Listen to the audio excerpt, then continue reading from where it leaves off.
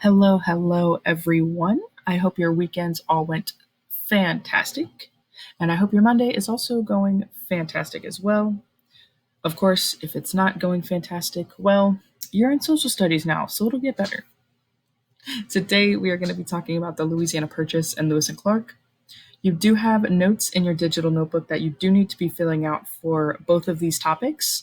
If you prefer, you may also write it down on paper. I just recommend that if you do this, that you know where your notes are because we do have a quiz on Wednesday. And with that, let's get started. So, before we talk about the purchase itself, we have to talk about the Louisiana Territory. This is going to be the area west of the Mississippi River, north of New Orleans, and east of the Rocky Mountains. So at this time, it's actually owned by Spain, and they shut down the Mississippi River to Americans. Then they eventually sold the Louisiana Territory to France. And Jefferson feared that Napoleon, who is the leader of France at the time, wanted to make his empire bigger. And Jefferson also feared that Napoleon was going to close down New Orleans as well to the Americans so that the Americans couldn't sell their goods and crops to Europe from this port. And so, in the interest of American farmers and merchants, the U.S. offered $7.5 million just for New Orleans and West Florida. So here's the Louisiana Territory. As you can see, it does include New Orleans in there, and it also includes some or all of 14 states. So getting into the purchase itself, Napoleon actually changed his plans to have a foothold in North America because there was unrest in Haiti and the Dominican Republic. And so Napoleon offered the entire Louisiana Territory for $15 million, and it's doubling the size of the United States.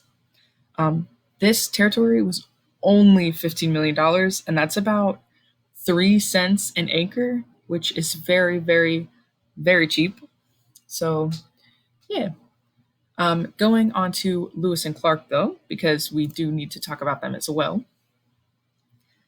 Jefferson wanted to explore this newfound land that just doubled the United States of America. So he sent Lewis and Clark on a scientific exploration.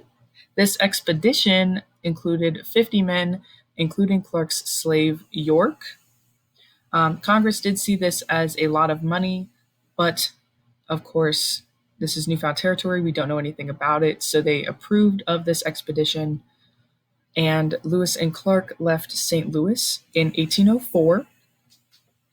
They kept journals of everything they saw. They recorded all of the unknown plants and animals. So I'm very sorry about this low quality painting, but starting from the very left, we have Charbonneau, and we are going to learn about in the later slide. And then the man next to him is Clark's slave York. And then we have Lewis and Clark, and the woman on the very right is Sacagawea.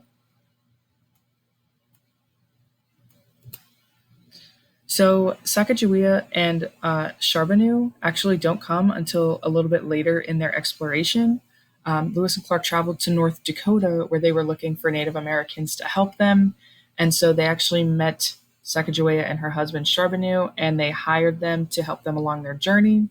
And Sacagawea helped translate, and she also helped with relationships and to keep the peace with other Native Americans. And so overall, Lewis and Clark did travel 4,000 miles in 18 months. They did get to the Pacific Ocean, and they documented hundreds of plants and animals that were unfamiliar to the eastern part of the United States. And this is going to conclude our notes for today on Lewis and Clark. So please move on to the next item that is on our agenda. Thanks, guys.